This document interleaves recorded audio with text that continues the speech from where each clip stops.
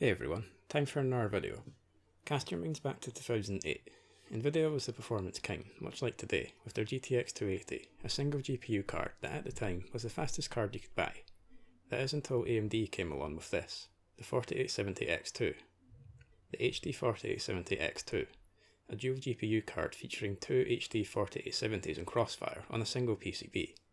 Using the Terascale architecture, the predecessor to graphics core Next, it featured 1.912 billion transistors, built in the 55nm fabrication process, and a massive, at the time, 1600 shader units, 80 texture mapping units, 32 raster operations pipelines, and 20 compute units, and required both an 8-pin and a 6-pin PCIe power connector.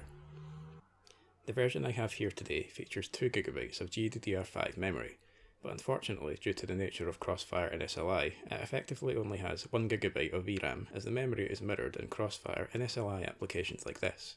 It has a 750MHz core clock and a memory speed of 900MHz, which is effectively 3600MHz due to it being GDDR5, and supported DirectX 10.1, OpenGL 3.3, and OpenCL 1.1, all with a TDP of 286 watts. Back in 2008, this would have cost you a whopping $550, which is $643.72 today, adjusting for inflation, or £493.78, or €554.29. It was actually $50 cheaper than what you would have spent on two single 4870s, so it was a relative bargain despite the $550 price tag. It's currently out of stock at CEX here in the UK, but I managed to pick it up not that long ago for only £12.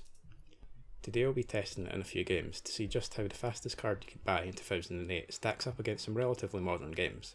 The rest of the system we'll be using today with the 4870X2 features an i7 6700K at 4.8GHz with a 4.9GHz boost on 2 cores. I'm using this to eliminate any CPU bottlenecking. An MSI Z270 SLI Plus motherboard, a Kraken X61 AIO cooler from NZXT, 16GB of Corsair Vengeance LPX DDR4 RAM at 2800MHz and Windows 10 64-bit. First up for our games today is Grand Theft Auto 5, a game that originally released in 2013 but didn't have a PC release until April 2015.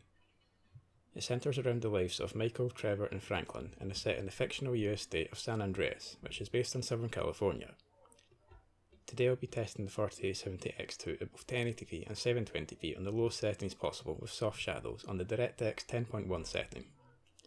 Unfortunately, I couldn't seem to get Crossfire working in Grand Theft Auto 5, despite my research showing that a lot of people have it working perfectly fine. Despite this though, I carried on with the test with effectively only one GPU being used. At 1080p, the performance was pretty abysmal. FPS in the city rarely, if ever, creeped above 30 and constantly dipped under the 20 FPS mark with some pretty severe stutter throughout. Out in their desert area near where Trevor lives, the performance was just as bad, with FPS no higher than the low to high 20s. I managed to get a 15-minute Fraps Benchmark, which showed an average of 29 frames per second, with 1% and 0.1% lows of 17 and 14 frames per second respectively, and you can see from the frame time graph on screen now just how bad the stutter was. Moving on to 720p, and the 4870X2 did fare a bit better.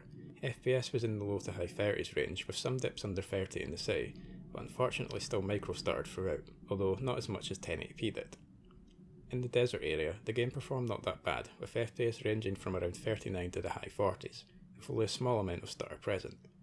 A 15-minute Fraps Benchmark showed an average of 40 frames per second, with 1% and 0.1% lows of 20 and 13 frames per second respectively. The frame time graph, much like at 1080p, shows the game was pretty stuttery at points during the benchmark, but I'll leave it up to you to decide if you can cope with the stutter or not. Next, we move on to Counter-Strike Global Offensive, or Csgo as it's more commonly known, which I'll be running at 1080p on the high settings preset with very high shader detail. I'm skipping 720p because as you'll see, the performance at 1080p is more than good enough already. Unlike Grand Theft Auto 5, Crossfire actually worked in this game, and the 4870X2 managed to obtain FPS figures of well over 120 frames per second, and on occasion was close to 200.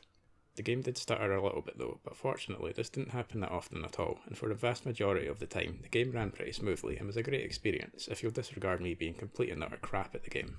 A 15-minute Fraps Benchmark showed an average of 188 frames per second, with 1% and 0.1% lows of 58 and 45 frames per second respectively. You can see the occasional stutter in the frame time graph, but as I said, the frame times didn't vary too much to the point that it was noticeable. There was no point in me testing 720p due to how good the performance at 1080p is. Next up is a personal favourite of mine, Killing Floor 2, a zombie survival game in which you can play cooperatively or on your own against waves and waves of zombies. For this test, I'll be playing on the Z landing map in a 7-wave hard difficulty game. As the 4870X2 only supports up to DirectX 10.1, I had to add the -DX10 flag to the game's launch options on Steam. During the test, I managed to run this at 1080p on medium settings with low shadow detail to obtain a reasonably playable experience. At these settings, the game managed to obtain around 60 to 90 FPS depending on the location of the map you were in, but the FPS did occasionally dip under 40 frames per second in highly intense scenes, with some stutter being noticed at some points as well. And as you've probably noticed by now, the head-up display is constantly flickering. It is not an issue I've experienced before, but it is probably an issue caused by crossfire. A 15-minute Fraps benchmark showed an average of 74 frames per second, with 1% and 0.1% lows of 32 and 19 frames per second respectively. As mentioned, there was some stutter, which the frame time graph shows, and on one occasion there was a stutter of around 280 milliseconds, which fortunately only happened once during testing. I again decided not to test this at 720p, as I think the performance at 1080p is good enough, with a reduction in settings being all that is needed to get a bit more out of the 4870X2. Next up is Fortnite Battle Royale, which is still one of the most popular games out right now. It is still an early access game, so I was unsure if this would support crossfire or not. My research seemed to suggest that it didn't, as numerous people online were adamant that it didn't support it.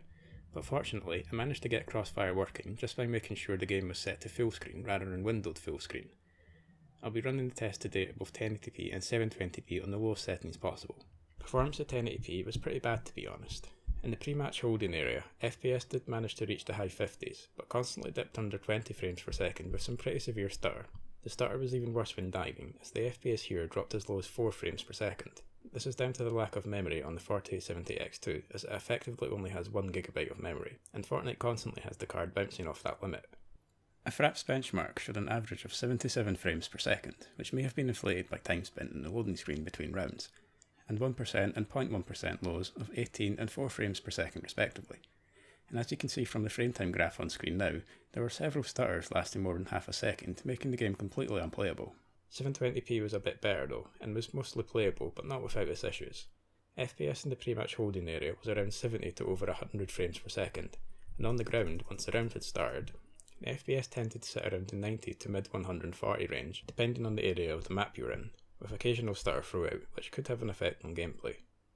The game also stuttered pretty badly during diving from the battle bus, and was again affected by the limited amount of memory. Fortunately though, the stutter didn't last as long as 1080p did, due to 720p not needing as much memory for its textures. A Fraps benchmark showed an average of 120 frames per second, with 1% and 0.1% lows of 46 and 19 frames per second respectively.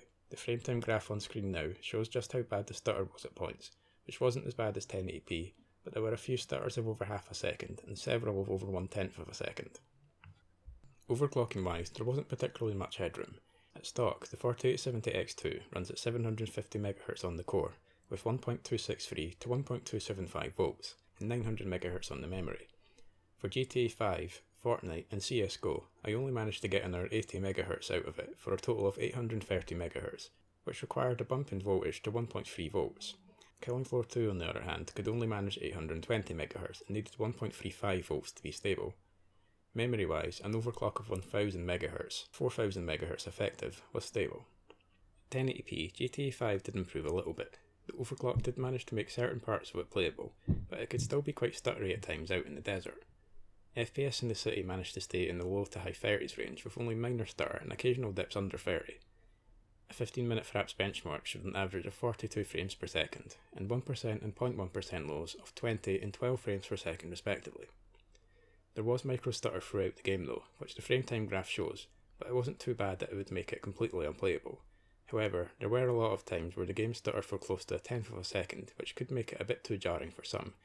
720p is where the biggest performance improvement was with an overclock, and is probably the best resolution for this card unless you can get crossfire working. In the city, FPS managed to stick around the 50 to 60 frames per second mark, with over 60 frames per second being achieved in some parts. There was occasional stutter and dips to around 40 frames per second, but that didn't really affect gameplay that much at all.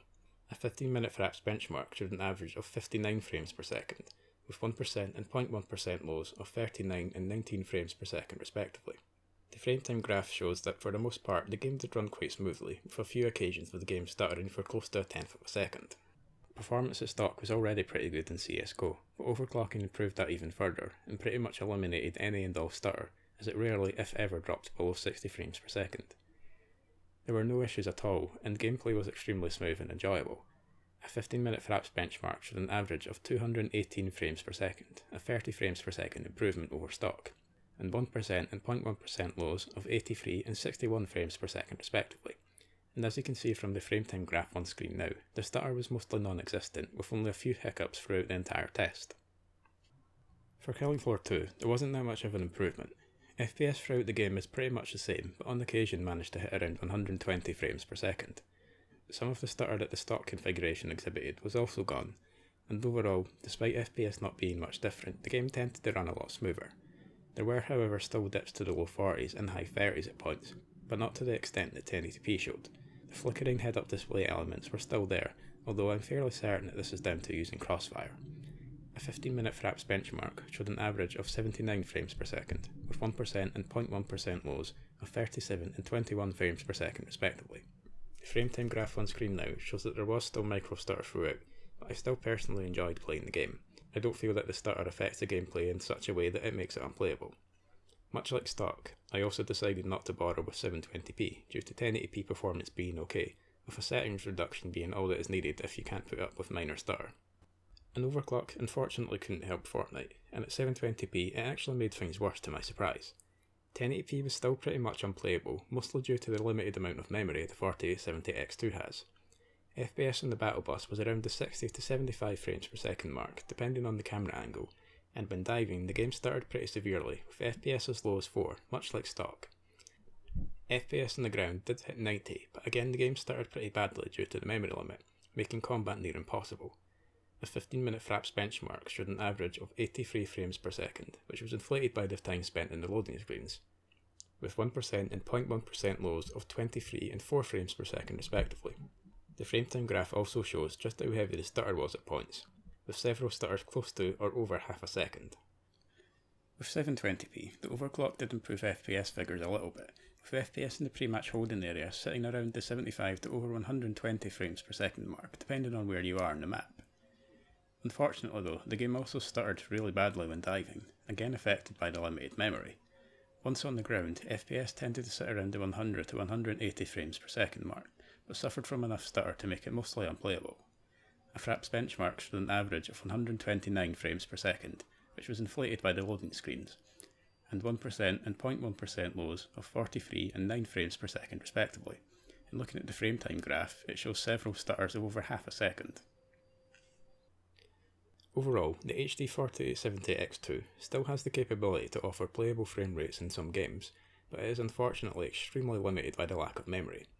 It is advertised as being 2GB, but due to the nature of Crossfire and SLI technologies, the memory is mirrored, so it only really has 1GB of memory, which in 2018 just isn't enough, even for something as easy to run as Fortnite. Another problem I didn't mention was just how loud the card can be. I had it sitting at 60% fan speed throughout the entire test, and even that was louder than what I would be happy with. I did enjoy testing it though, because to me, there's just something that makes dual GPU cards seem pretty cool. This was also the first dual GPU card that I've owned, and I hope to test more in the future as well. I'm also going to have a look into trying to get Crossfire working for GTA 5, as that is still a fairly popular game. If you enjoyed this video, please consider sharing it and leaving a comment or a like. You can also subscribe to my channel as well if you're interested in watching more content like this. Hopefully you'll tune in for the next one.